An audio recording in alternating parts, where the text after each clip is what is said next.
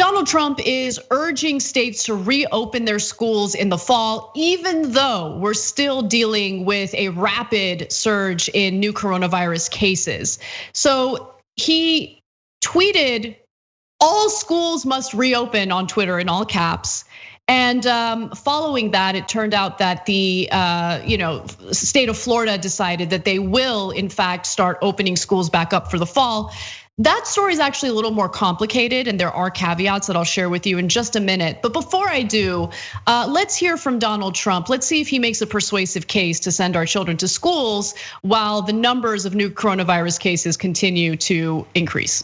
And we hope that most schools are going to be open. We don't want people to make political statements or do it for political reasons. I think it's going to be good for them politically, so they keep the schools closed. No way. So we're very much going to put pressure on governors and everybody else to open the schools, to get them open. And it's very important. It's very important for our country. It's very important for the well-being of the student and the parents. So we're going to be putting a lot of pressure on open your schools in the fall. Well, Trump made his remarks hours after Education Secretary Betsy DeVos, who hates public schools and wants to defund them, assailed plans by some local districts to offer in-person instruction only a few days a week, and said schools must be, quote, fully operational, end quote.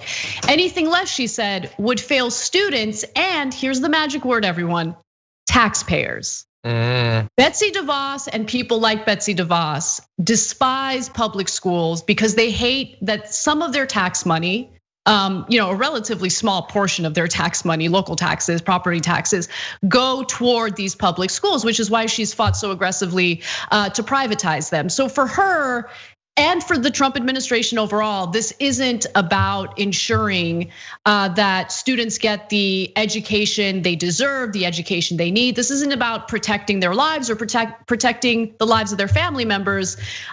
This is political, there's no question about it. And this also has to do with their disdain for public schools. Yeah, I took issue obviously with what Trump said. Rarely has projection been as projecty as what he said there. We're gonna open the schools. We're not gonna let them not open the schools for political reasons. They just wanna do it for political reasons to not open it. No politics, but we're gonna put big pressure on open the schools. Politics isn't on my mind. I mean, come on, it's the most obvious thing in the world that he doesn't care, that he thinks it's an important part of making it look like the country has recovered from the pandemic. It's these big symbolic things. I mean, it's that. I mean, worst case, an even worse example of that, I think, would be sporting events. They want to have these big gatherings so that people get the false impression that we're back to normal, and that's the most important thing to them. Actually, getting kids back to school is very important, but it has to be done under the right circumstances. And both in terms of the politicians in his administration and the right-wing media are showing that they don't give a damn about that part of it. They just want it to happen. They don't care if it happens safely. Exactly. Look, for Trump, this is all about appearances, and in his mind, like he has this crazy paranoid mind.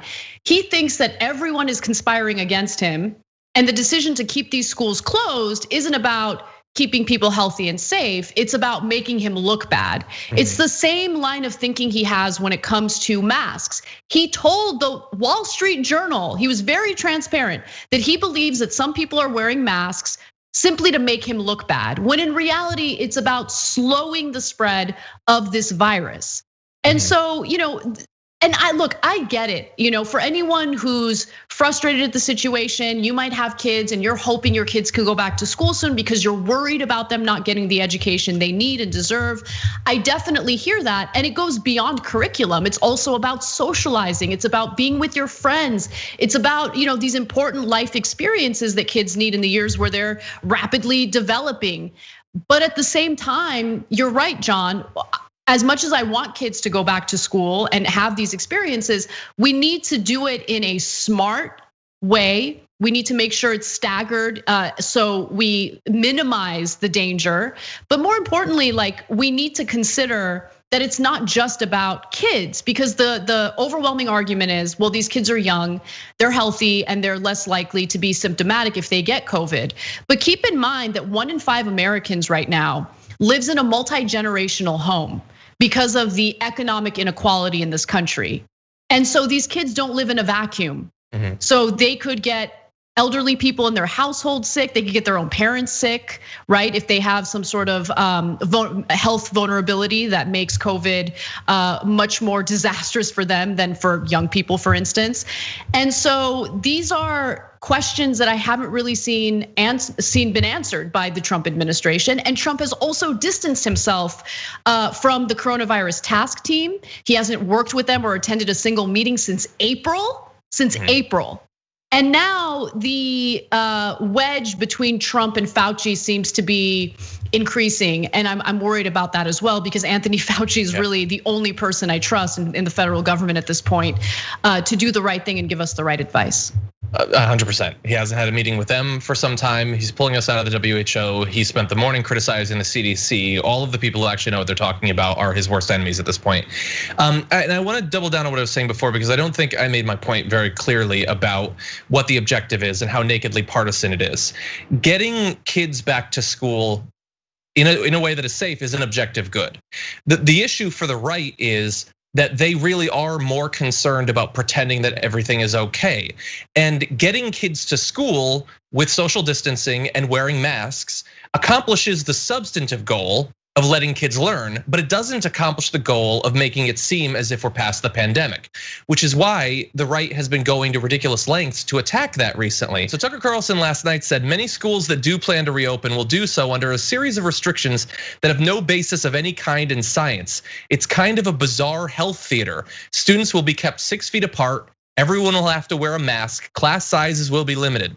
So he's acknowledging there that what he wants, which is schools reopening, is happening. But he doesn't want it to happen if in happening, the kids have to acknowledge the pandemic. He'd previously said on March 30th, of course masks work, everyone knows that. Now they're unscientific because he and the right have trained people to think of masks as a Bill Gates 5G conspiracy. And so this is the lengths that they've gone to now, where it's not enough to get what they want, a reopened economy and schools reopened. It has to be that plus no acknowledgement whatsoever of the pandemic, no matter how many people it kills. Yeah, because it's political. This is all political. What we're hearing from the Republicans, what we're hearing from people like Tucker Carlson, it's not about, oh, we value education. It's not about keeping anyone safe. It's all about giving you this like false sense of security, of safety, and they're messing with your lives. They're messing with your children's lives. And look, it's not, yes, it's rare for children to be symptomatic or to suffer grave consequences from this virus, but it's not unheard of.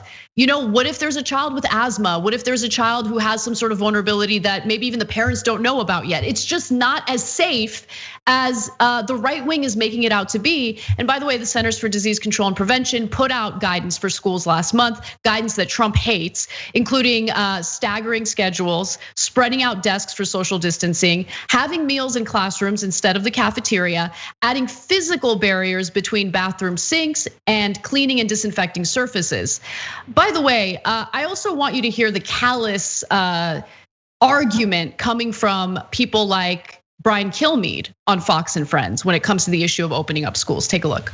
This is not Ebola, it's the coronavirus. Mostly the kids, 99.9% of kids will not be affected by it at all. We know about the transference, we also know about the rarity. This is a risk that has to be taken, and I think kids get used to not taking things for granted. They got the message. They're starting to play sports now in my town. The kids with special needs are beginning summer school. They're beginning to understand how to do it.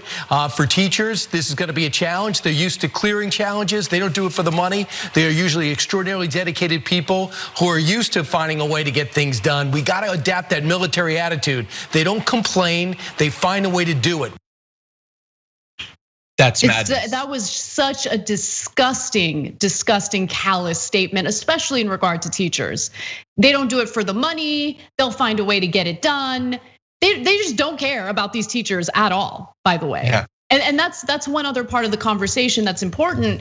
It's these kids don't live in a vacuum. They also don't learn in a vacuum, right? So teachers will be at risk. and they're already devastatingly underpaid.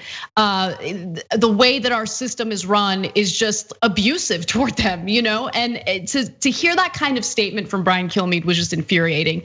By the way, so even though there's overwhelming pressure for these schools to open, keep in mind that 90% of the funding for public schools, and I'm talking about grade schools, come from the local government. Essentially, the local government gets to decide whether or not these schools open. They get to decide how these schools open. And so Texas basically said, no, we're not. And I give them credit for that.